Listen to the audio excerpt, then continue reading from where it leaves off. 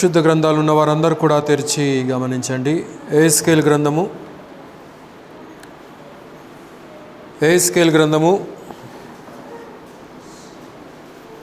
15వ అధ్యాయము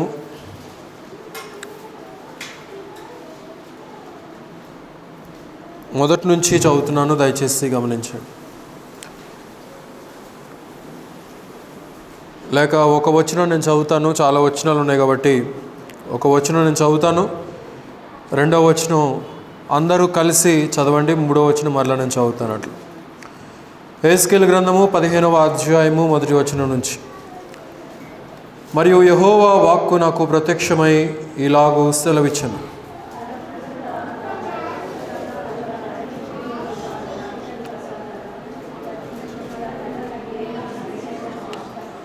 ఏ పనికైనను దాని కర్రను తీసుకుందురా, ఏ ఒక్క ఉపకరణము తగిలించుటకై ఎవరైనా దాని కర్రను మేకునైనను చేయుదురా?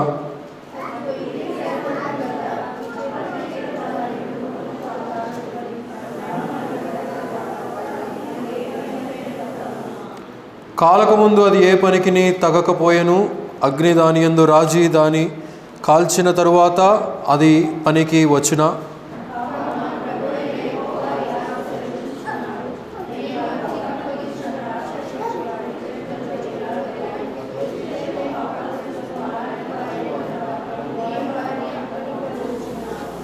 నేను వారి మీద కఠిన దృష్టి నిలుపుదును, వారు అగ్నిని తప్పించుకొనినను అగ్నియే వారిని దహించును. వారి ఎడల నేను కఠిన దృష్టి గలవాడనై ఉండగా నేను యెహోవానని మీరు తెలుసుకుందురు. అందరు కలిసి, వారు నా విషయమై విశ్వాసఘాతకులైరి గనుక నేను దేశమును పాడు చేసేదను, ఇదే ప్రభువగు యెహోవా వాక్కు. మంచిది. దేవుడి కొద్ది వాక్య భాగం దీవించినందుకు చిన్న ప్రార్థన. మమ్మల్ని మిక్కిలిగా ప్రేమించినటువంటి మా ప్రియ రక్షక, మా యేసయ్య, ఈ యొక్క మధ్యాహ్న కాలపు సమయంలో ఇంతవరకు ఆరాధన కార్యక్రమం అంతట్లో కూడా మీరే సర్వమహిమ ఘనత పొంది ఉన్నారని నమ్ముచున్నాము నాయన. ఈ సమయంలో నాయన చదవబడినటువంటి లేఖన భాగంలో మీరు దీవించండి నాయన. మీ యొక్క లేఖనాలను గ్రహించడానికి మేము సిద్ధపడి ఉంటుండగా మా హృదయాలకు కావలసినటువంటి మీ యొక్క జీవము కలిగినటువంటి మాటలను పరిశుద్ధాత్ముని యొక్క జ్ఞానము ద్వారా మాలో ఉన్న ప్రతి ఒక్కరి హృదయాలతో మీరే మాకు వినిపింపచేయుదురని యేసుక్రీస్తు వారి అతి శ్రేష్టమైనటువంటి నామంలో స్తుతించి అడిగి వేడుకొనుచున్నాము తండ్రి, ఆమేన్.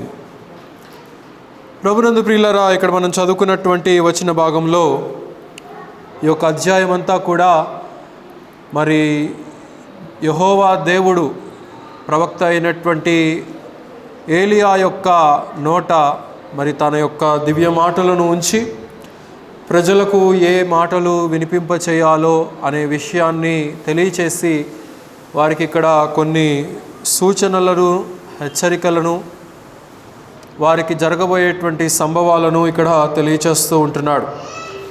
ఇక్కడ ముఖ్యంగా ద్రాక్ష చెట్టు మొత్తం అర్థమైనా కాకపోయినా ద్రాక్ష చెట్టు అనేటువంటి మాట మీ అందరికీ అర్థమయ్యే ఉంటుంది. అయితే ఇక్కడ ద్రాక్ష చెట్టును గురించి ఇక్కడ ఏలియా తెలియచేస్తూ ఉంటున్నాడు. ఆ యొక్క ద్రాక్ష చెట్టు ఫలాన్ని ఇవ్వటానికి తప్ప మరిక దేనికి కూడా అది పనికిరాదు.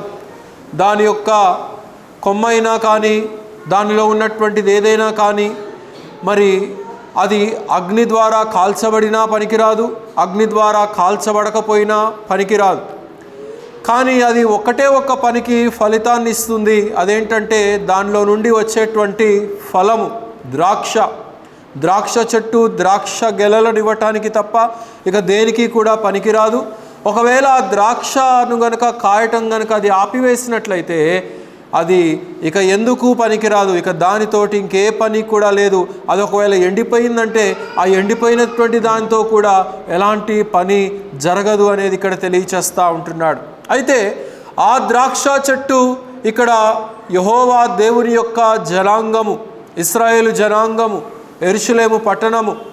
పాత నిబంధనలో చెప్పబడినటువంటి రీతిలో అది ఇశ్రాయేలుని సూచించినప్పటికీ కూడా క్రొత్త నిబంధన కాలానికి వచ్చేసరికి అది సంఘానికి, ఆయన యందు రక్షించబడినటువంటి విశ్వాసులను సూచిస్తున్నది అనే విషయాన్ని ఇక్కడ మనం జ్ఞాపకం చేసుకోవాలి. అలాగైతే ప్రతి రక్షించబడినటువంటి విశ్వాసిని కూడా ఆయన ఒక ద్రాక్ష చెట్టుగా నాటినట్లుగా మనం ఇక్కడ గుర్తించాలి ప్రియులారా. అలాగైతే మనలో నుండి కొన్ని ఫలాలను ఆయన ఎక్స్పెక్ట్ చేస్తూ ఉంటున్నాడు.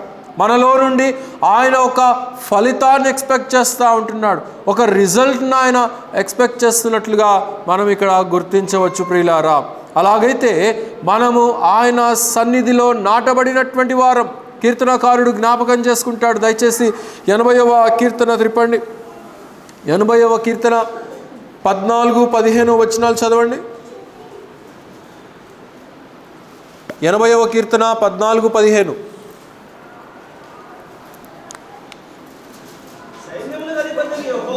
సైన్యములకు అధిపతి యెహోవా, దేవా ఆకాశములో నుండి మరలా చూడుము, నీ ద్రాక్షావల్లిని దృష్టించుము, నీ కుడి చేతిని నాటిన మొక్కను. కనుక నీవు నాటిన మొక్క అనగా యేసు ప్రభువు వారు నాటినటువంటి మొక్కలము మనం. ఎక్కడ అంటే బయట కాదు, సంఘములో నాటబడినటువంటి వారం, దేవుని యొక్క సంరక్షణలో నాటబడినటువంటి వారం, దేవుని యొక్క సహవాసము, దేవుని యొక్క సన్నిధిలో నాటబడినటువంటి వారము అనే విషయాన్ని ఇక్కడ ఆసాపు జ్ఞాపకం చేసుకుంటున్నట్లుగా మనం గుర్తించవచ్చు ప్రియులారా. అలాగైతే నీ యొక్క ద్రాక్ష చెట్టును దృష్టించుము అని ఇక్కడ జ్ఞాపకం చేస్తూ ఉంటున్నాడు. ఎందుకంటే ఆయన యొక్క చూపు మన మీద ఉండాలి, ఆయన యొక్క కరుణ మన మీద ఉండాలి, ఆయన యొక్క జాలి మన మీద ఉండాలి, ఆయన యొక్క కృప మన మీద ఉండాలి అనే విషయాన్ని ఇక్కడ మనకు జ్ఞాపకం చేస్తూ ఉంటున్నాడు. అనగా ఆయన యొక్క సంఘము మీద ఆయన యొక్క దృష్టి కేంద్రీకరించబడుతుందనేది మనం ఇక్కడ జ్ఞాపకం చేసుకోవచ్చు ప్రియులారా. అలాగైతే ఆ యొక్క నాటబడినటువంటి ద్రాక్ష చెట్టు ఆయనకు ఫలితాన్ని ఇవ్వాలి, ఫలాలను ఇవ్వాలి. నాటబడినటువంటిది ఊరికే నాటబడలేదు. మరి యజమానుడికి కావలసినటువంటి ఆహారాన్ని, యజమానుడికి కావలసినటువంటి ఫలాన్ని ఆయన ఎందుకొరకైతే మనల్ని నాటాడో, ఎందుకొరకైతే మనల్ని ఆయన యొక్క సన్నిధిలో నిలవబెట్టాడో, ఏ పని కొరకైతే మనల్ని ఆయన పిలిచి ఉంటున్నాడో అనే విషయాన్ని మనం గుర్తించుకొని దాని ప్రకారమైనటువంటి ఫలాన్ని మనం ఇవ్వటానికి మనం సంసిద్ధంగా ఉండాలి అనేది ఇక్కడ తెలియచేస్తూ ఉంటున్నాడు. సర్వసాధారణంగా ఏవైనా పనిముట్లు చేయాలంటే మరి కొన్ని చెట్లను ఉపయోగించుకుంటూ ఉంటారు. ఎందుకంటే వాటి ద్వారా కొన్ని ఉపకరణాలు తయారవుతాయి. ఉదాహరణకి టేకు చెక్క ఉందనుకోండి, టేకు చెట్టులో నుండి ఈ యొక్క డోర్స్ కానీ కిటికీలు కానీ చేస్తూ ఉంటారు. ఇంకా ఏముంటాయి టేక్ కాకుండా? ఎర్రచందనం ఉంటుంది.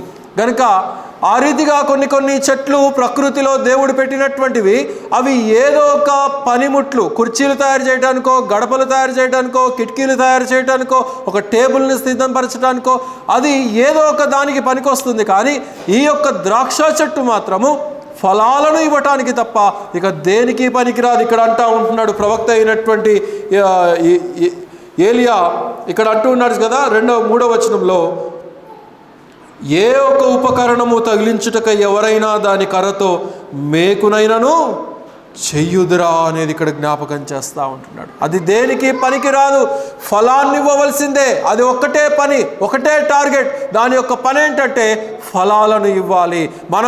మనం రక్షించబడి దేవుని సంఘములో నాటబడినటువంటి విడలంగా, ఆయన సహవాసములోనికి పిలువబడినటువంటి వారముగా, ఆయన రక్షణను స్వీకరించినటువంటి వారముగా మనకు కూడా ఒకటే ఒక పని ఏంటంటే ఆయన మన నుండి ఆశించేటువంటి ఫలాలను ఆయనకు అప్పగించాలి. అది వాక్య ఫలము కావచ్చు, ప్రార్థనా ఫలము కావచ్చు, ఆత్మీయ రకాలమైన ఆత్మ ఫలాలు అనేక రకాలుగా ఉంటున్నాయి.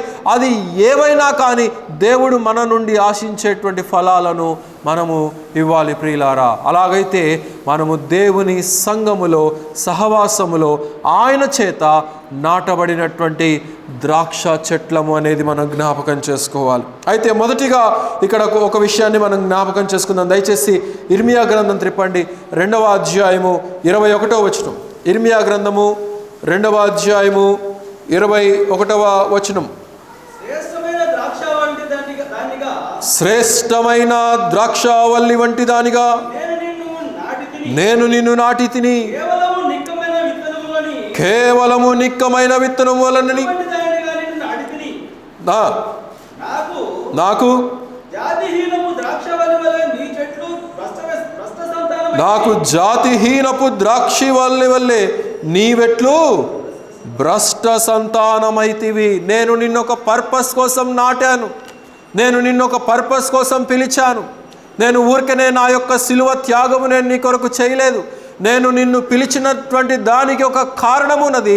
నీలో నుండి నేను మహిమను పొందాలనుకుంటున్నాను, నీలో నుండి నేను ఆరాధనను పొందుకోవాలనుకుంటున్నాను, నీలో నుండి నేను స్తుతిని పొందుకోవాలనుకుంటున్నాను. నిన్ను నా కొరకు మహిమకరంగా జీవించేటువంటి వారిగా, జీవించేటువంటి దానిగా నేను చూడాలనుకుంటున్నాను అనేది యెహోవా దేవుడు ఇక్కడ మనకు జ్ఞాపకం చేస్తూ ఉంటున్నాడు. అంత మాత్రమే కాదు, నేను నిన్ను నాటితిని కేవలము నిక్కమైన విత్తనము వలన చెట్టు వంటి దానిగా నిన్ను నాటితిని అనేది ఇక్కడ తెలియచేస్తూ ఉంటున్నాడు. నిక్కమైనటువంటి చెట్టు అనగా సత్యమైనటువంటి చెట్టు, నిజము పలికేటువంటి చెట్టు, నిజమైనటువంటి జీవితాన్ని ఆయన కొరకు జీవించేటువంటి చెట్టు. ఆయనలో మనం ఏమేమైతే పొందుకుంటూ ఉంటున్నామో, సంపాదించుకుంటూ ఉంటున్నామో, అది ఆత్మ ఫలాలు, ఆయనలో నుండి వచ్చేటువంటి కరుణ, ప్రేమ, జాలి, దయ, అనేక రకాలైనటువంటి ఆత్మ ఫలాలు, పవిత్రమైనటువంటి స్వభావము, పరిశుద్ధమైనటువంటి పరిస్థితి, సమస్తమైనటువంటి విధానంలో కూడా ఆయనను మనము ఫలాలను ఇవ్వవలసినటువంటి వారమై ఉంటున్నాం. కానీ ఇక్కడ ఇర్మియా ఏమంటున్నాడో గమనించండి. నిజమైనటువంటి దానిగా నేను ఉండాలని అనుకున్నాను, కానీ ఎలాగ తయారయ్యారంట?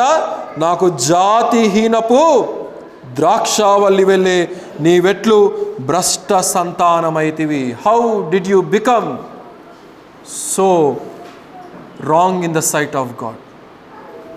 దానికి కారణం ఏంటంటే లోకాన్ని వెంబడించటం, పాపాన్ని వెంబడించటం, లోకపు స్నేహాలను వెంబడించటం. యోహాను మొదటి పత్రిక 2:16 తెలియచేస్తాడు కదా, లోకంలో ఉన్నదంతయు కూడా శరీరాశ, లోకంలో ఉన్నదంతా కూడా అదే.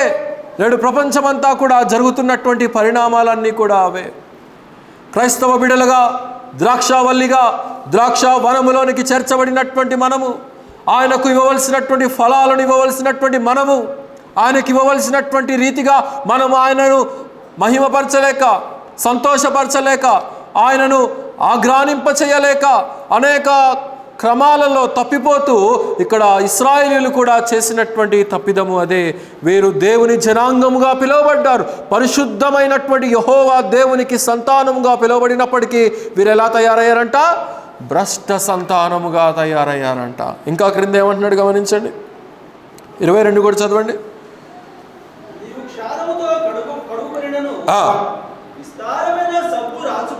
విస్తారమైన సబ్బు రాసుకున్నా కానీ ఎలా కనపడుతుందంట? నీ దోషము ఒక మరక వలె కనబడుతున్నదంట. మనం ఈ శారీరకంగా శుభ్రంగా ఉండటానికి ప్రతిరోజు స్నానం చేస్తూ ఉంటాం. లేదు ఎండాకాలం వచ్చిందంటే పొద్దున సాయంకాలం 2 సార్లు స్నానం చేస్తూ ఉంటాం. కానీ ఆత్మీయంగా భ్రష్ట సంతానముగా మార్చబడినటువంటి ఇశ్రాయేలీయుల యొక్క స్థితి ఇక్కడ మాట్లాడుతూ ఇక్కడ తెలియచేస్తూ ఉంటున్నాడు. యెహోవా దేవునికి విస్తారమైన సబ్బు వీళ్ళు రాసుకున్నా కానీ అది ఒక మరకలాగా కనబడుతున్నదని ఇక్కడ తెలియచేస్తూ ఉంటున్నాడు. అంటే పైన ఉన్నటువంటి వేషధారణతో కూడినటువంటి జీవిత విధానము, వేషధారణతో కూడి ఉన్నటువంటి భక్తి, దాని ద్వారా దేవునికి అది మరింత మరక వలె కనబడతా ఉన్నది. వాస్తవానికి ఆరాధించినప్పుడు, స్తుతించినప్పుడు ఆయన సంతోషించేవాడై ఉండాలి. కానీ వీరు చేసేటువంటి పైన ఉండేటువంటి కార్యక్రమాలేవి కూడా ఇట్ కెనాట్ ప్లీజ్ గాడ్. అవి దేవునిని సంతోషపరచలేనటువంటివిగా మనకిక్కడ చూడగలుగుతూ ఉంటున్నాం ప్రియులారా. అందుకే ఇక్కడ అంటూ ఉంటున్నాడు, అలాంటి ఫలాలు లేనటువంటి ద్రాక్ష చెట్లను నేను అగ్నిలో కాల్చడం తప్ప, అగ్నికి ఇవ్వటం తప్ప, భ్రష్టత్వానికి అప్పగించేయటం తప్ప ఇక నాకు మరి ఒక మార్గము లేదు. ఇటువంటి ఇశ్రాయేలు జనాంగము, ఇశ్రాయేలు సంతతిని నేను ఏర్పాటు చేసుకున్నానే అని చెప్పి దేవుడే స్వయంగా సంతాపపడుతున్నటువంటి పరిస్థితిని ఇక్కడ మనం చూస్తూ ఉంటున్నాం. దేవుడు మంచి స్థానాన్ని ఇశ్రాయేలు జనాంగానికి ఇచ్చాడు, అనగా రక్షించబడినటువంటి వానికి ఇచ్చాడు. సంఘంలో ఒక గొప్ప స్థానాన్ని ఇచ్చాడు, సంఘంలో ఒక బలమైనటువంటి స్థానాన్ని ఇచ్చాడు. ఆయన సన్నిధిలోనికి మనం రావటమే ఒక మహా గొప్ప భాగ్యం. లోపల వెలుపల ఉన్నటువంటి వారికి అలాంటి అర్హత లేదు.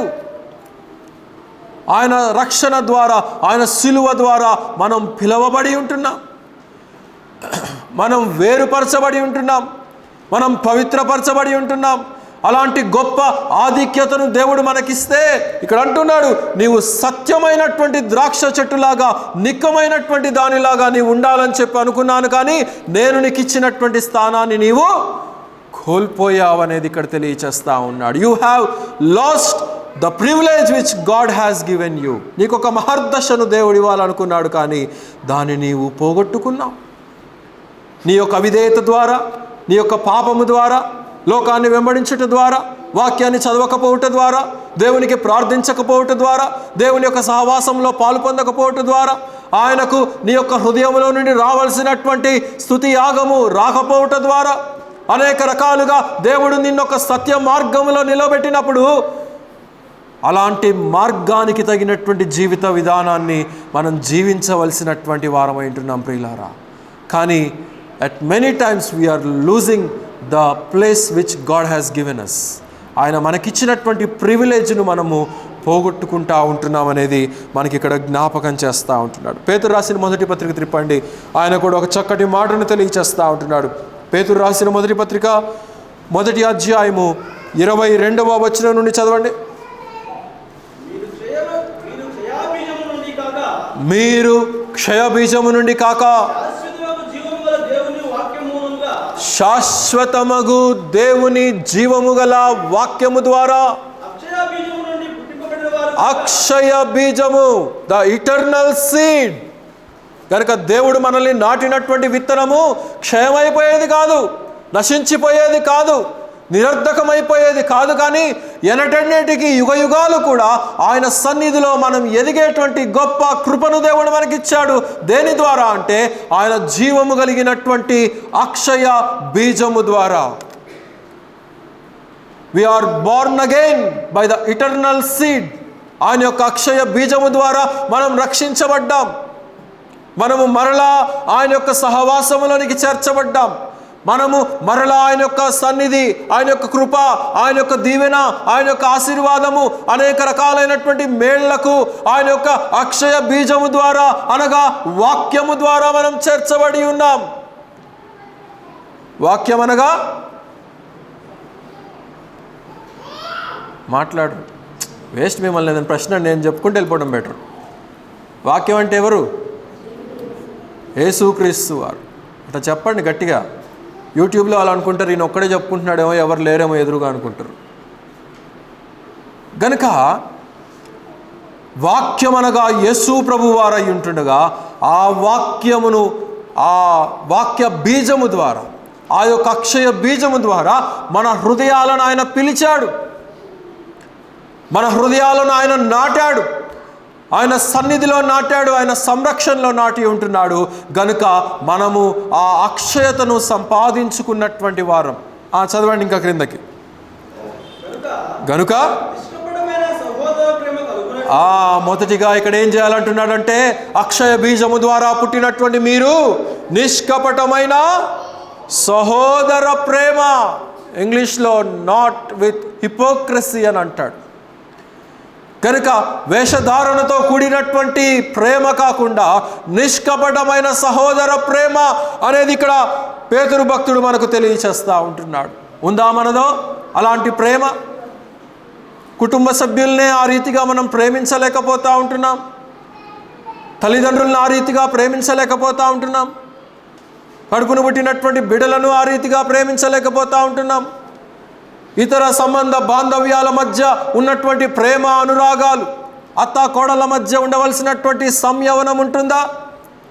రోజు పొద్దున్న లేచింది మొదలుకొని ఒక యుద్ధ వాతావరణమే ప్రతి ఇంట్లో కూడా. ఈ అత్త కోడలు ఎక్కడైతే ఉంటారో ప్రతి ఇల్లు కూడా ఒక వల్లకాడే. బహుశా ఉంటే ఉండవచ్చు మంచిగా మెలిగేవారు. గనుక ఏ ఇల్లు కూడా అతీతము కాదు. ప్రతి ఇల్లు కూడా ఉదయం లేచింది మొదలుకొని రాత్రికాలం పడుకోబోయేంత వరకు కూడా సంయమనము, సమాధానము, శాంతి, ఇటువంటి మాటలే లావు. కనుక నిష్కపటమైన సహోదర ప్రేమ అని పలికేటువంటి మనము దాని ప్రకారమైనటువంటి జీవిత విధానాన్ని మనం కనుపరుస్తుంటున్నామా, లేకపోతే పైపైన మీరు ప్రేమగా ఉండండి, మీరు సమాధానంగా ఉండండి, మీరు ఐక్యంగా ఉండండి, మీరు అన్యోన్యంగా ఉండండి, నువ్వు ఇవన్నీ చెప్పి నీ ఇంటికి వచ్చేసరికి నువ్వు పాటించాల్సిన విధానంగా నువ్వు పాటించకుండా బయట నువ్వు చెప్పి ఏం ప్రయోజనం? నీ ఇంట్లో లేనటువంటి ఆచరణ బయట చెప్పి ఏం ప్రయోజనం?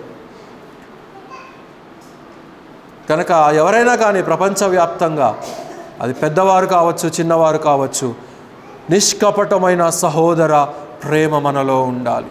దేవుడు మనల్ని ఏ ప్రేమతో అయితే పిలిచాడో, వాస్తవానికి దూరస్తులము మనము, సమీపానికి రాలేనటువంటి స్థితిలో ఉన్నటువంటి వారం మనం, ఆయన సమీపించరానటువంటి తేజస్సులో ఉండేటువంటి మహిమ కలిగినటువంటి దేవుడు ఆయన. అలాంటి దేవుడు తనను తాను తగ్గించుకొని, తనను తాను రిక్తునిగా చేసుకొని, తనను తాను ఎంతగానో మన కోసము అంత బాధను అనుభవిస్తే, మనకు అన్నీ పొందుకొని అన్ని ప్రొవిజన్స్ పొందుకొని కూడా కాస్త మంచిగా పలకరించుకోవటానికి, కాస్త మంచిగా ప్రేమగా ఉండటానికి మనకు హృదయాల నిండా కుట్ర, కుళ్ళు, కుతంత్రము, ఇంకా తెలుగులో ఎన్ని మాటలు ఉంటాయో అన్నీ. కనుక ఆ రీతిగా మనం ఉండకూడదు ప్రియులారా. That poisonous spirit, the poisonous mind which is there in us should go away when we are saved by the word of God. ఎందుకంటే అక్షయ బీజము మనలోకి వచ్చి ఉంటుండగా, అక్షయ బీజము ద్వారా మనము కనబడి ఉంటుండగా, మనము నాటబడి ఉంటుండగా, ద్రాక్ష చెట్టు దాని యొక్క ఫలము, దాని యొక్క జ్యూస్, దాని యొక్క సమస్తము కూడా దానికి మరి దేవునికి మహిమ తెచ్చే విధంగా మనము ఉండాలి అనేది మనం ఇక్కడ గమనించాలి. అక్కడ చదవండి, రెండో మాట ఏమంటున్నాడు? సత్యమునకు విధేయులవుట చేత. అబ్బే, అది అసలు లేదు. తల్లిదండ్రులకే విధేయులంగా మనం ఉండమే, ఇక సత్యానికి విధేయత మనం ఎక్కడ కనబరుస్తాం? అనగా వాక్యానికి ఎక్కడ మనం విధేయతగా ఉంటాం? అనగా దేవునికి ఎక్కడ మనం విధేయతగా మనం ఉంటాం?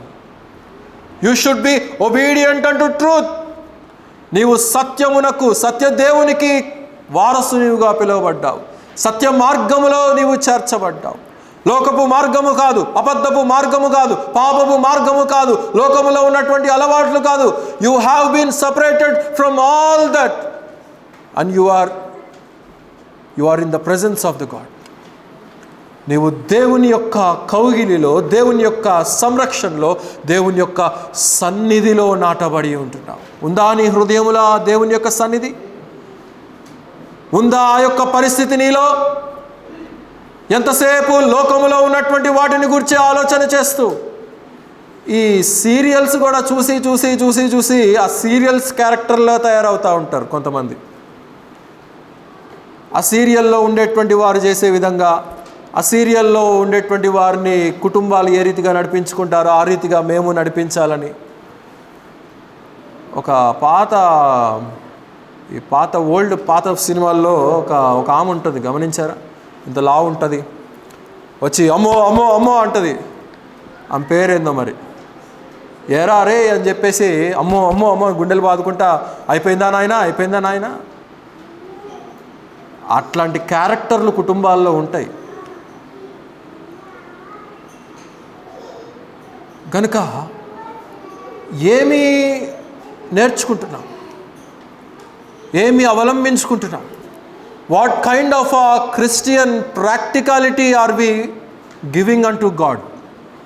దేవుని కొరకు ఒక క్రైస్తవ మర్యాదతో కూడినటువంటి జీవిత విధానాన్ని, దేవుని వాక్య భయముతో కూడినటువంటి జీవిత విధానాన్ని, దేవుని యొక్క ప్రేమతో కూడినటువంటి జీవిత విధానాన్ని సంఘంలోనే కాదు. నేను ఇక్కడ 10 మాటలు మంచి మాటలు చెప్పి నేను క్రిందకి వెళ్ళిన తర్వాత నా కుటుంబంతో ఆ రీతిగా నేను ఉండకపోతే దేవుడి దగ్గర తీర్పు తీర్చబడతాను.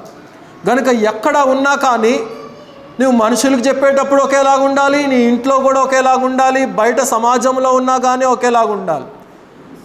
కనుక ఆ ప్రేమను నీవు చూపించలేకపోతూ ఉంటున్నావు. కనుక మనుషులు నీకు నానాటికి దూరం అయిపోతూ ఉంటున్నారు. అది నీలో ఉన్నటువంటి లోపం, అది గుర్తించాలి. నీలో ఉన్నటువంటి లోపాన్ని గుర్తించక వాళ్ళు నన్ను ప్రేమించట్లేదు, వాళ్ళు నన్ను కనికరించట్లేదు, వాళ్ళు నన్ను చూడరు అని అనుకోవటంలో ఎలాంటి ప్రయోజనము లేదు ప్రియులారా. గనక వాక్యము మనలో సమృద్ధిగా ఉండాలి. యు షుడ్ బి ఒబీడియంట్ అంటూ గాడ్. నీవెప్పుడైతే వాక్యానికి విధేయత చూపిస్తావో నీ జీవితంలో ఎనలేనటువంటి మేలును నీవు చూస్తావు. యోహాను సువార్త 4వ అధ్యాయంలో మనం గమనిస్తాము, అక్కడ ఒక సమరయ స్త్రీ ఉన్నది. ఆ సమరయ స్త్రీలో ఉన్నటువంటి కొదువ, లోటు యేసు యొక్క వాక్యము తన హృదయాన్ని దర్శించినప్పుడు ఆమె తాను మాత్రమే కాదు, ఆ ఊరందరినీ కూడా దేవుని ప్రేమకు ఆహ్వానించింది. దేవుని ప్రేమను రుచి చూడమని ఆమె అందరినీ పిలిచినట్లుగా మనం చూస్తూ ఉంటున్నాం. దానికి కారణం ఏంటంటే she obeyed unto the word of God. దేవుని వాక్యానికి ఆమె విధేయత చూపించింది. నేను మేలు పొందాను, నేను మాత్రమే కాదు, నా ఊరి వారందరూ కూడా, నా ప్రజలందరూ కూడా ఈ యొక్క ప్రేమను పొందుకోవాలి, ఈ యొక్క కరుణను వీరు పొందుకోవాలి, ఈ యొక్క కనికరాన్ని వీరు పొందుకోవాలి అనేది మనం గ్రహించాలి ప్రియులారా. 3వ మాట ఏమంటున్నాడండి? మీ మనస్సులను పవిత్రపరచుకుని వారయుండుడి. A pure consciousness in you. నీలో ఒక పవిత్రమైనటువంటి మనస్సాక్షి ఎప్పుడు వస్తుందంటే ఆ రక్త ప్రభావము ద్వారా శుద్ధీకరించబడి ఆ రక్త ప్రభావమునకు ఉన్నటువంటి విశిష్టతను నీవు ప్రతి క్షణము గుర్తించాలి. నేను శుద్ధీకరించబడ్డాను కదా అని చెప్పి అంతటితో నువ్వు సరిపెట్టుకుంటే సరిపోదు, కానీ ప్రతి క్షణము ఆ ప్రభావము నీలో పనిచేస్తూ ఉండాలి. It should work in you 24 hours. అది నీలో 24 hours ఆన్లో ఉండాలి. కనుక ఆ రక్త ప్రభావము, రక్త ప్రోక్షణ నిన్ను, నీ యొక్క మనస్సును, నీ యొక్క ఆలోచనను, నీ యొక్క జీవితాన్ని, నీ యొక్క నడవడికను, మనలో ఉన్నటువంటి సమస్తాన్ని కూడా అది ఏం చేస్తుందంటే పవిత్రమైనటువంటి విధానంగా నడిపించేదిగా మనం చూస్తూ ఉంటున్నాం. లోకములో లేదు పవిత్రత, లోకములో పాపం ఉంది.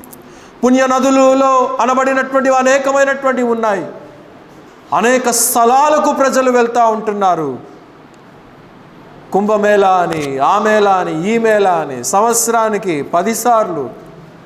మొన్న నేను ఉత్తరప్రదేశ్ పోయినప్పుడు చూశాను, దారంతా కూడా నెత్తి మీద ఏదో బరువు పెట్టుకొని కిలోమీటర్లు అలా నడుచుకుంటా చెప్పులు కూడా లేకుండా ఆ రోడ్డు మీదనే నడుచుకుంటా వెళ్తా ఉంటున్నారు. అప్పుడు అర్థం కాదు వీళ్ళందరూ ఎక్కడ పోతున్నారా అండి. మొన్న అర్థమైంది నాకు, వీళ్ళందరూ కుంభమేళాకు నడుచుకుంటూ పోయారు అనేసి. గనక కుంభమేళా ఏం చేసింది? వీళ్ళని పవిత్రపరిచిందా? కుంభమేళాల ద్వారా పవిత్రత రాదు, కానీ ప్రశస్తమైనటువంటి క్రీస్తు రక్తము ద్వారా పవిత్రత వస్తుంది. నదులలో పుణ్య స్నానాలు చేయటం ద్వారా పవిత్రత రాదు. వాటి దగ్గరికి వెళ్ళి తిరిగి వచ్చేటప్పుడు ఏమైంది? వాడు అక్కడ చచ్చాడు, వీడు ఇక్కడ చచ్చాడు, వాడు అక్కడ యాక్సిడెంట్లో చచ్చాడు, వీడు ఇక్కడ తొక్కిస్లాట్లో చచ్చాడు. కేరళ పోయి 40 రోజులు ఉపవాసం ఉండి అక్కడ కేరళ పోయి వచ్చాడు, అక్కడ యాక్సిడెంట్లో చచ్చాడు. ఇదే తప్ప మరణము వారిని, దైవ దర్శనానికి పోయినంత మాత్రాన మరణము వారిని సంహరించకుండా ఉన్నదా? మరణము వారిని ఆక్రమించకుండా ఉన్నదా?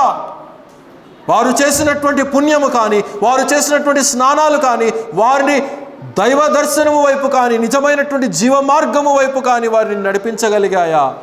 చనిపోయి నరకాగ్నిగుండానికి వెళ్ళటం తప్ప. పనికి రానటువంటివి అగ్నిగుండంలోనికి దహించవేయబడవలసిందే. దేవుడు కూడా యెహోవా భక్తుడు ఏలియాకు, హెస్కేలుకు అదే మాటను తెలియచేస్తూ ఉంటున్నాడు. కనుక ఇశ్రాయేలుల్లో జనాంగము అనేక మంది దేవుని ప్రజలుగా ఉన్నప్పటికీ కూడా వారు జీవించవలసినటువంటి మార్గము, నిష్కపటమైనటువంటి సహోదర ప్రేమ వారిలో లేదు, వాక్యానికి విధేయత వారిలో లేదు, పవిత్రమైనటువంటి మనస్సాక్షి వారిలో లేకపోవటం ద్వారా వారు బహిరంగమైనటువంటి ఆచరణలు ఎన్ని చేసినా కానీ ఇట్ కెనాట్ ప్లీజ్ గాడ్. దేవునిని పిల్లలు గనుక మరి ఒక మాటను మనం చదువుకుందాము. న్యాయాధిపతుల గ్రంథం త్రిప్పండి 9వ అధ్యాయము 13వ వచనం. 2వ మాట న్యాయాధిపతుల గ్రంథము 9వ అధ్యాయము 13వ వచనం.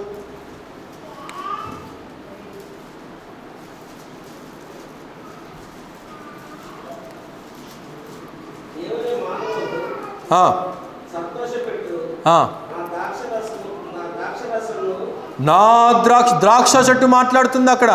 నా ద్రాక్ష రసమును నేను ఇయ్యకుండా మాని చెట్ల మీద రాజుగా నేనుందునా. కనుక అక్కడ సందర్భం మనకందరికీ బాగా తెలిసినటువంటిదే. చెట్లన్నీ కూడా మనకు ఎవరు రాజుగా ఉంటారు, మనకెవరు అధిపతిగా ఉంటారని చెప్పేసి ముందు అంజూరపు చెట్టు దగ్గరికి వెళ్ళాయి. అంజూరపు చెట్టు సమాధానం ఇచ్చింది, లేదు లేదు, నేను రాజుగా ఉండటం నాకు ఇష్టం లేదని చెప్పింది. తర్వాత మరలా ఒలీవ చెట్టు దగ్గరికి వెళ్ళినాయి. ఒలీవ చెట్టు అంది, నాకు కూడా కుదరదు, నా యొక్క శ్రేష్టమైనటువంటి నూనె యొక్క పనిని నేను మానుకొని నేను మీ మీద అధిపతిగా నేను ఉండలేను అని చెప్పి అంటాను. ఇక్కడ మూడవదిగా ద్రాక్ష చెట్టు దగ్గరికి వచ్చి నీవు మా మీద అధిపతిగా ఉంటావా, రాజుగా ఉంటావా అని అంటే ద్రాక్ష చెట్టు మాట్లాడుతూ ఉన్నది, చాలా చక్కగా రిప్లై ఇస్తూ ఉంది. నేను దేవునిని మనుషులను సంతోషపెట్టుటకు నేను నియమించబడి ఉంటుండగా ఆ పనిని మానుకొని, నాకు అప్పగించబడినటువంటి పనిని నేను మానుకొని, we are been appointed to please God, దేవునిని సంతోషపరచటానికి మనం పిలువబడి ఉంటున్నాం. దేని ద్వారా అంటే మన జీవితము ద్వారా, మన మాట ద్వారా, మన క్రియ ద్వారా, మన ప్రవర్తన ద్వారా, మన ప్రతిరోజు నడవడిక ద్వారా, వాక్యాన్ని చదువుట ద్వారా, ప్రార్థించుట ద్వారా, సహవాసము పొందుట ద్వారా. గనుక ఇక్కడ ద్రాక్ష చెట్టు అంతా ఉంది, నాకు అప్పగించబడినటువంటి పని తప్పించి నాకు ఇంకొక పని వద్దు నాయన, నేను దేవునిని మహిమపరచటానికి నేను ఉన్నాను, ఆయనను సంతోషపెట్టడానికి మాత్రమే నేను పిలువబడి ఉంటున్నాను అన్నాడు. మరి ఈనాడు క్రైస్తవ సంఘం అనబడినటువంటి వారు, క్రైస్తవ జనాంగముగా పిలువబడేటువంటి వారు, దేవుని సంఘములో ఆయనను ఆనందింప చేయవలసినటువంటి వారు ఎక్కడో లోకములో కలిసిపోయి అనేక స్థలాలలో, పాపాల్లో, పాప కార్యక్రమాలలో దేవునిని మహిమపరచలేనటువంటి స్థితిలో అనేక మంది ఉంటున్నారు ప్రియులారా. కానీ ఇక్కడ ద్రాక్ష చెట్టు నాటబడింది దేవునిని సంతోషపెట్టడానికి. ఎఫెసీయులకు రాసిన పత్రిక తిప్పండి. ఎఫెసీయులకు రాసిన పత్రిక 30వ అధ్యాయము 4వ అధ్యాయం 30వ వచనం చదవండి.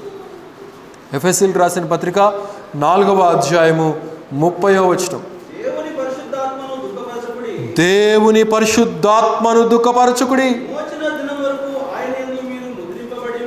విమోచన దినము వరకు మీరు ఆయన యందు ముద్రింపబడి ఉంటున్నారు. గనుక we are been sealed by the spirit of the Lord. ఆయన పరిశుద్ధాత్ముని ద్వారా మనం ముద్రించబడి ఉంటున్నాము. కనుక ఆయనను దుఃఖపరచవద్దు, యేసును సంతోషపెట్టాలి, యెహోవా దేవునిని ఘనపరచాలి, దేవుని యొక్క నామాన్ని మనం మహిమపరచవలసినటువంటి వారమంటున్నాం. కానీ కొన్ని సమయాల్లో ఏమవుతుందంటే పరిశుద్ధాత్ముని మనము దుఃఖపరుస్తూ ఉంటున్నాం.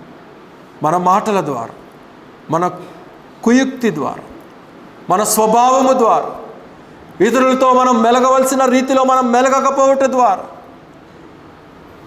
మనము దేవుని యొక్క కరుణను, ప్రేమను చూపించకపోవటం ద్వారా.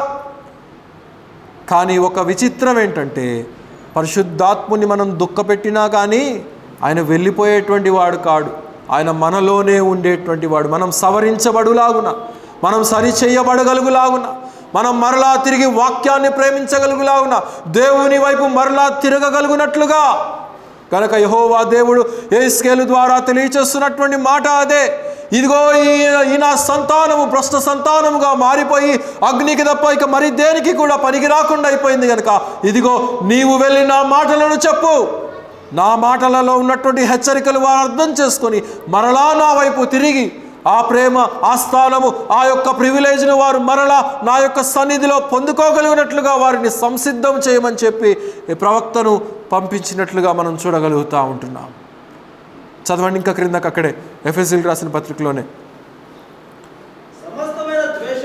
సమస్తమైన చూడండి, సమస్తమైన ద్వేషము పాపిష్టుల మీద ఉన్నదా? క్రైస్తవ బిడ్డల మీద కూడా ద్వేషాన్ని పెంచుకుంటా ఉంటున్నారా? కుటుంబ సభ్యుల మీద కూడా ద్వేషాన్ని పెంచుకుంటా ఉంటున్నారా? చిన్న చిన్న వాటికే మాటికి సాతానుడు అనేక రకాలైనటువంటి చీకటిని హృదయాలలో నింపుట ద్వారా దేవుని వెలుగుమయమైనటువంటి ప్రేమ బయటికి రాక చీకటితో కూడినటువంటి ద్వేషము వచ్చేటువంటి ప్రమాదం ఉన్నది ప్రియులారా. చదవండి ఇంకా. కోపము, ఉదయం లేచింది మొదలుకొని కోపమే. క్రోధము, సంతోషకరమైనటువంటి ముఖమే కనబడదు. ఎప్పుడు చూసిన నోరు తెరటం తప్ప.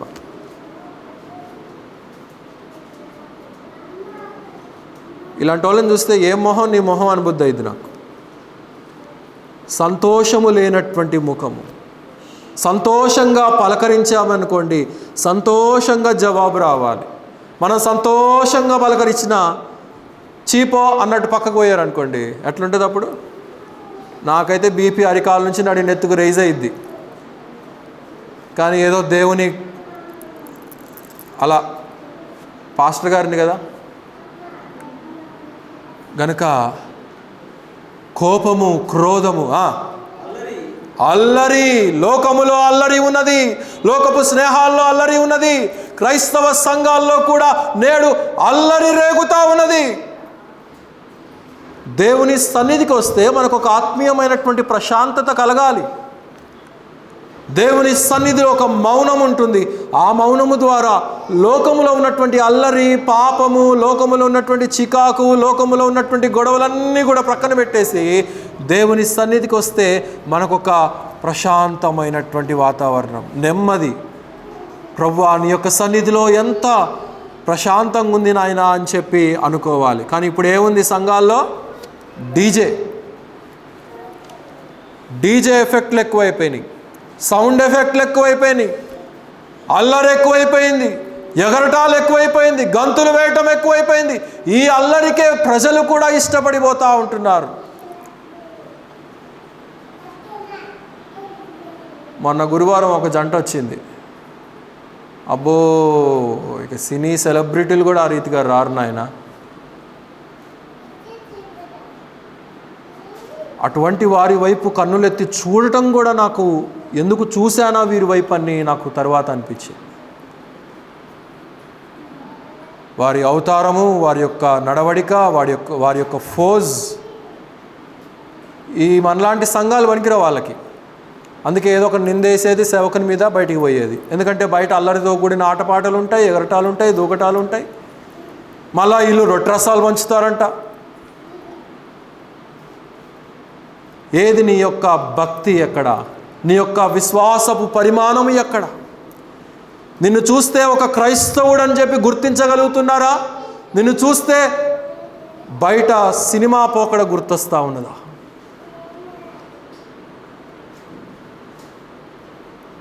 కనుక కోపము, క్రోధము, అల్లరి, దూషణ,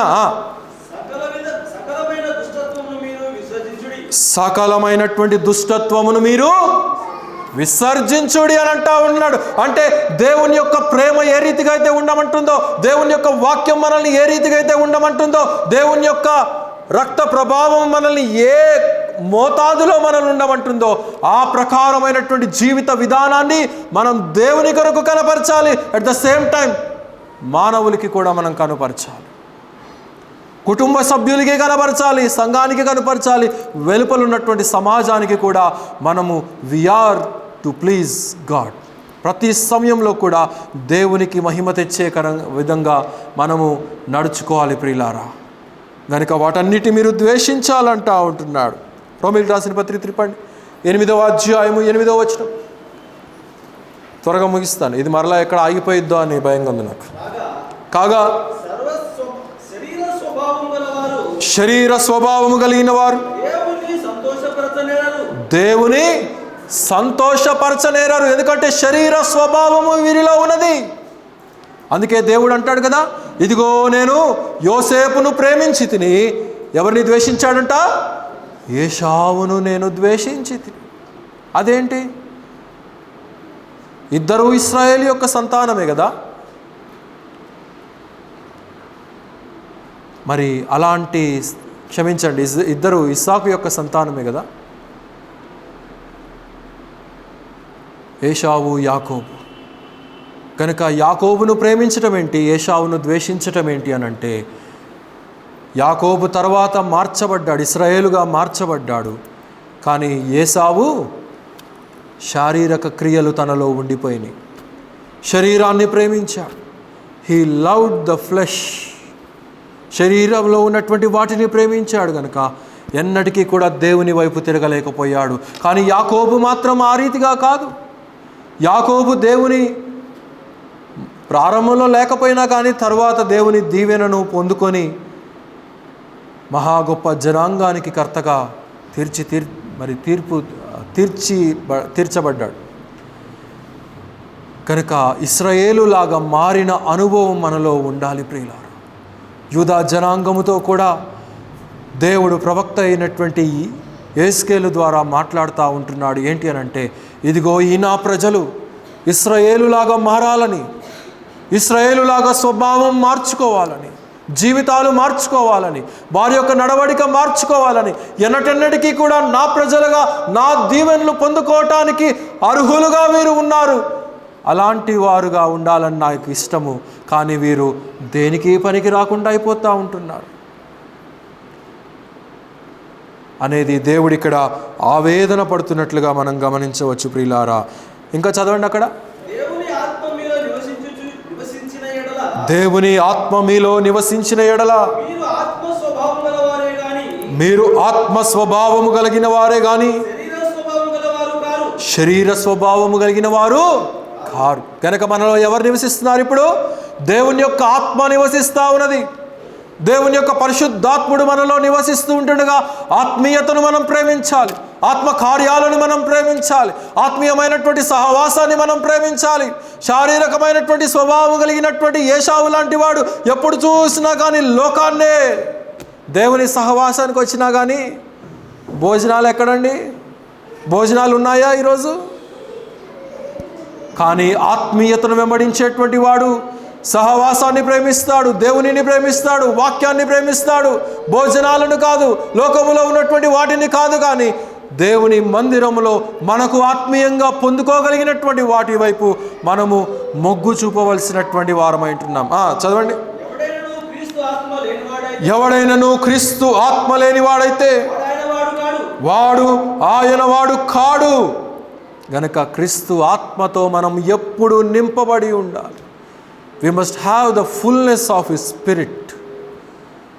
What did you acquire by doing the worldly activities? ఈ లోకంలో ఉన్నటువంటి వాటిని చేయుట ద్వారా, చూచుట ద్వారా, అనుభవించుట ద్వారా ఏమి పొందుకున్నావు? నువ్వు ఏమీ పొందుకోలేదు.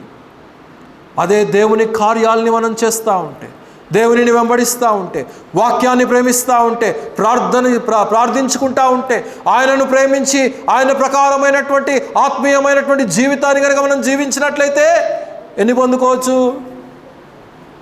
చెప్పండి, ఎన్ని పొందుకోవచ్చు? సమస్తాన్ని పొందుకోవచ్చు. కనుక లోకాన్ని వెంబడించుట ద్వారా మనం ఏమీ పొందుకోలేము, కానీ ఆయనను వెంబడించుట ద్వారా లోకములో ఉన్నటువంటి వాటిని పొందుకోగలము, పరలోకములో ఉన్నటువంటి వాటిని కూడా. గనక ఏది కావాలి మనకి? ఏది పొందుకోకుండా ఉండటం మనకు కావాలా? ఇక్కడ దీవెనలు అక్కడ దీవెనలు రెండు పొందుకోవటం కావాలా అనేది మనల్ని మనం అనలైజ్ చేసుకోవాలి ప్రియులారా. అలాగైతే హెబ్రీయులకు రాసిన పత్రిక 11:6 అంటాడు, విశ్వాసము లేకుండా దేవునికి ఇష్టుడై ఉండుట అసాధ్యము అని అంటా ఉంటున్నాడు. గనక విశ్వాసము ద్వారా మనం పిలువబడి ఉంటున్నాం, ఆయన కృప ద్వారా మనం ఆయన సన్నిధిలో చేర్చబడి ఉంటున్నాం. కనుక నానాటికి ఆ విశ్వాస పరిమాణం ఏమవ్వాలంటే అంతకంతకు ఎదగాలి. ఇష్టలుగా మనం ఎప్పుడు రక్షించబడినప్పుడే కాదు, ఎప్పుడూ మనం ఇష్టలంగా మనం దేవునికి ఉండాలి అని అంటే విశ్వాసం అనేది మనలో ఎప్పటికప్పుడు ఎదుగుతూనే ఉండాలి ప్రియులారా. మత్తయి సువార్త 8వ అధ్యాయంలో ఒక సెంచూరియన్ మనకు కనపడతాడు, శతాధిపతి. గనక ఆ శతాధిపతి క్రింద 100 మంది దాసులు ఉన్నారు. అందులో ఒక దాసునికి బాగాలేదు, ప్రాణాపాయ స్థితిలో ఉంటున్నాడు. మరి ఒక పనివాడిని, అరే పలానా దగ్గర యేసు ప్రభు వారు ఉన్నారంట, ఆయన అనేక రకాలైనటువంటి మహిమలు స్వస్థతలు చేస్తారంట, పోయి తీసుకొని రండ్రా అంటే తీసుకొని వస్తారు ఎవడైనా కానీ. కానీ ఈయనే ప్రేమ చేత తన దాసుని మీద తనకున్నటువంటి ప్రేమ, ఈయనను స్వయంగా యేసు ప్రభు వారు ఎక్కడ ఉన్నారో అక్కడ వెతుక్కుంటా తీసుకొని వెళ్ళిపోయినట్లుగా మనం చూస్తూ ఉంటున్నాం. ఆ శతాధిపతి వెళ్ళి అంటున్నాడు, అయ్యా నా దాసునికి బాగాలేదు, నేనే స్వయంగా వచ్చాను. నేను కనుక ఒకడికి చెప్తే వెళ్ళమంటే వస్తాడు, రమ్మంటే వస్తాడు. నేను ఎక్కడికి వెళ్ళమంటే ఏ పని చేసుకొని రమ్మంటే ఆ పని చేసుకొని వస్తాడు. అయినా కానీ నేనే స్వయంగా నీ దగ్గరికి వచ్చాను. మరేం చేయమంటావు నన్ను? పదా, నీతో పాటు వస్తాను, పదా, ఆ వ్యక్తిని స్వస్థపరుస్తాను, పదా అనంటే, లేదు నాయన, నీవు నిల్చున్నట్టు చోటు నుంచే ఒక్క మాట నీవు పలికితే చాలు, ఎక్కడో ఉన్నటువంటి నా దాసుడు స్వస్థపరచబడతాడు. వాడి యొక్క రోగము శుద్ధీకరించబడుతుంది. నీవు రావాల్సినటువంటి పని లేదు. ఒక్క మాట చాలు. ఒక్క మాట ద్వారా సమస్త సృష్టిని సృష్టించినటువంటి సృష్టికర్త, He created the whole universe only by His word. అటువంటి ప్రభావము కలిగినటువంటి వాడు, అటువంటి శక్తి కలిగినటువంటి వాడు ఒక్క మాట సెలవిస్తే మన జీవితాల్లో ఎనలేనటువంటి కార్యాలను మనం చూడగలుగుతాం. ఎప్పుడు అనంటే when we please God.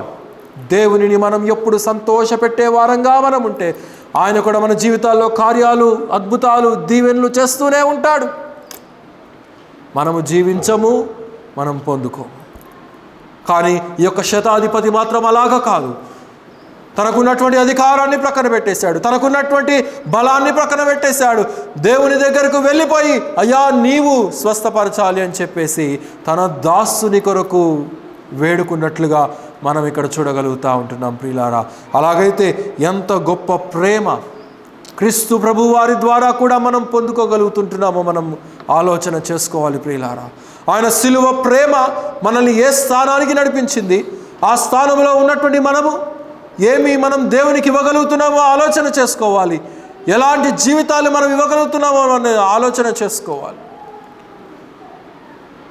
Kori ten boom అనబడినటువంటి ఒక స్త్రీ, జర్మన్ సోల్జర్స్ అందరూ కూడా ఆమెను అనేక రకాలైనటువంటి హింసకు గురి చేసినప్పటికీ, ఆమెను చెరసాలలో ఉంచి అనేక రకాలుగా ఆమెను బాధ పెట్టినప్పటికీ కూడా ఆమె తిరిగి బయటకు వచ్చినప్పుడు వారికి దేవుని ప్రేమను చూపించినట్లుగా మనం చూడవచ్చు. గ్రహం స్టెయిన్స్ తన యొక్క 2 కుమారులతో ఒరిస్సా రాష్ట్రంలో కాల్చివేయబడినప్పుడు తన భార్య గ్లాడిస్ వచ్చి ఆ యొక్క నేరము చేసినటువంటి వ్యక్తిని క్షమించమని ప్రేమను చూపించినటువంటి రీతిని మనము జ్ఞాపకం చేసుకోవాలి ప్రియులారా. కనుక సిలువ ప్రేమ మనల్ని బలవంతము చెయ్యాలి. దేవుని ప్రేమ మనల్ని బలవంతము చెయ్యాలి. దేవుని ద్వారా విశ్వాసించినటువంటి మనము ఆయన వైపు, ఆత్మకార్యాల వైపు మనల్ని నడిపించేవిగా మనల్ని పురికొల్పాలి అనేది మనం ఇక్కడ గమనించాలి ప్రియులారా. చివరికి మరణం వచ్చినా కానీ ఆయనకు మాత్రమే మహిమ తెచ్చే విధంగా మనము జీవించవలసినటువంటి వారమై ఉంటున్నాం.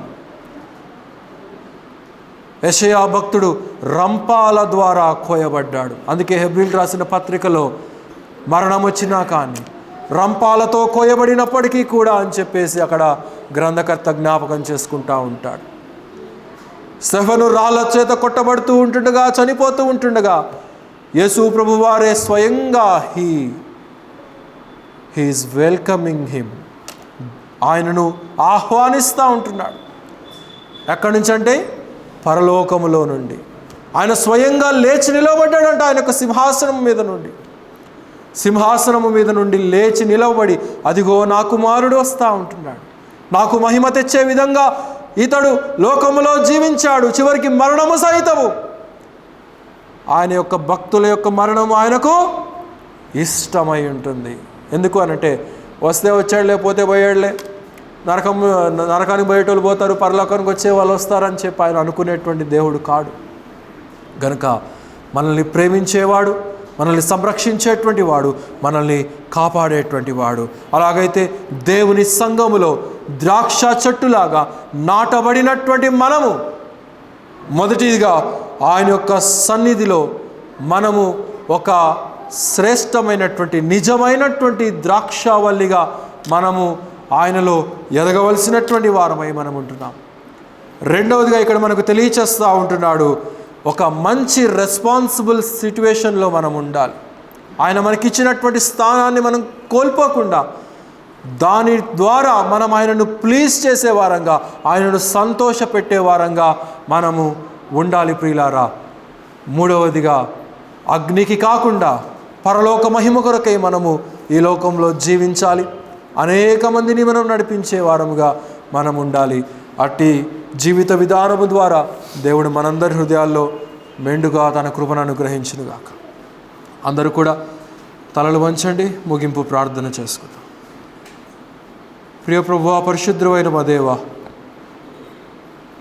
ఈ యొక్క మధ్యాహ్న కాలపు సమయంలో ఇంతవరకు మీరు మాకు చూపినటువంటి మీ యొక్క కృపను బట్టి ఎంతగానో స్తుతించుచుంటున్నాం. అలనాడు యెహెజ్కేలు ప్రవక్త ద్వారా మీరు ఇశ్రాయేలు జనాంగముతో వారొక ద్రాక్ష చెట్టులాగా మీరు నాటారని, వారు ఫలాలనిచ్చేవారుగా ఉండాలని చెప్పి మీరు ఇష్టపడ్డారు. కాని పక్షాన ద్రాక్ష తీగ కాల్చబడటానికి తప్ప మరి దేనికి పనికిరాదు. అది పచ్చగా ఉన్నా పనికిరాదు, అది ఎండిపోయినా పనికిరాదు, అగ్నికి కాల్చబడటము తప్ప.